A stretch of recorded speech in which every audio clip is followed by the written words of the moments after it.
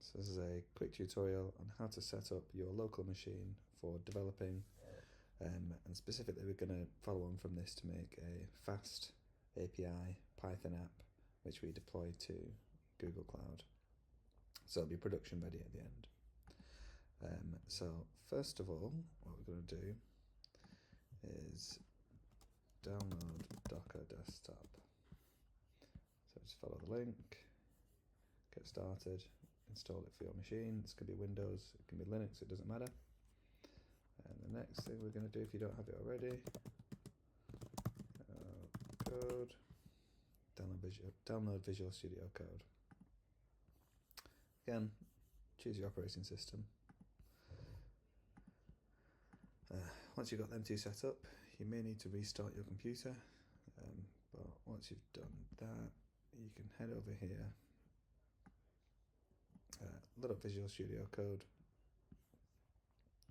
and on the left where it says extensions, we're going to install the DevContainers extension up here. I've already got it installed, and that's all you need to do. So what this does is gives you a virtual environment effectively that we can run all of our code in, so we don't make our computer full of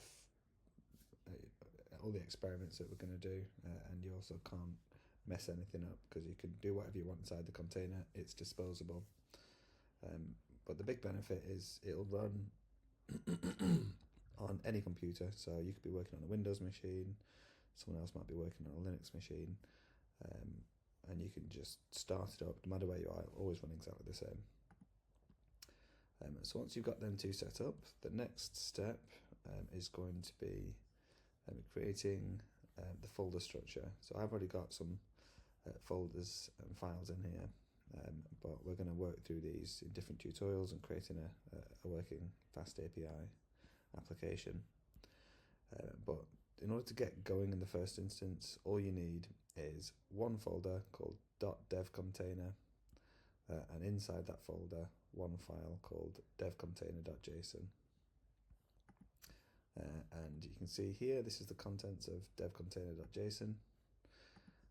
So first of all, this is just an arbitrary name, call it what you want, but this is Python with Google Cloud Software Development Kit, and this just means that we can use the Google commands to deploy this to production. The next is the image.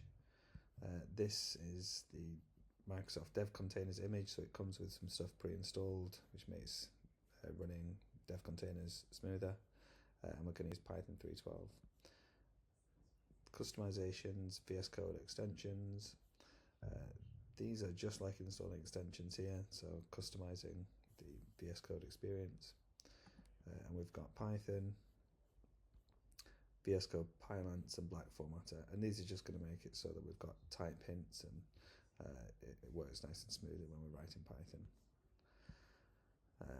Features, so instead of having to download the Google command line manually, which can be a bit of a difficult experience if you don't know what you're doing, you can just add it as a feature, and then it will automatically install the Google command line.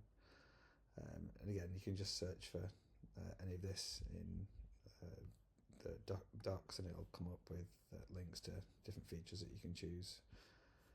And finally, this is the post create command.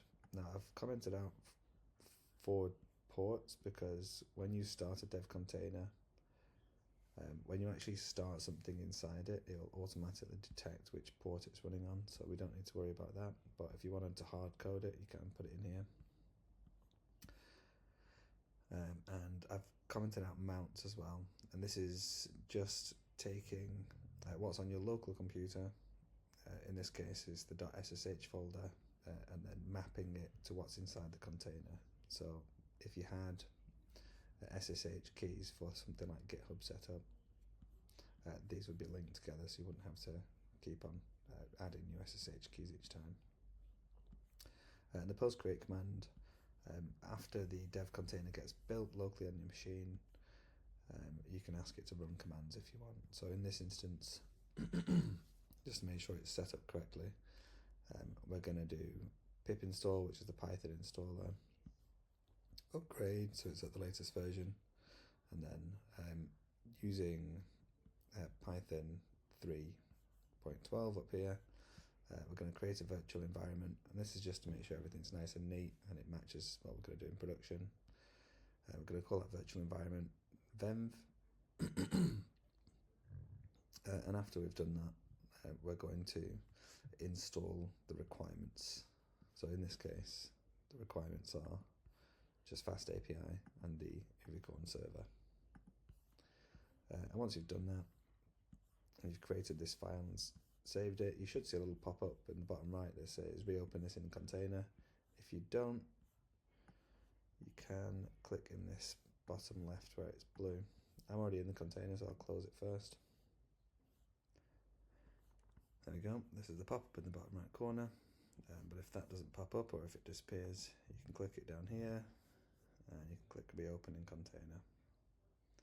And what this is going to do is it's going to read what's inside the .devcontainer folder, so it's got to be called .devcontainer, and it's going to read the devcontainer JSON, and it'll go through these steps to set up your environment inside Docker. So click reopen in container.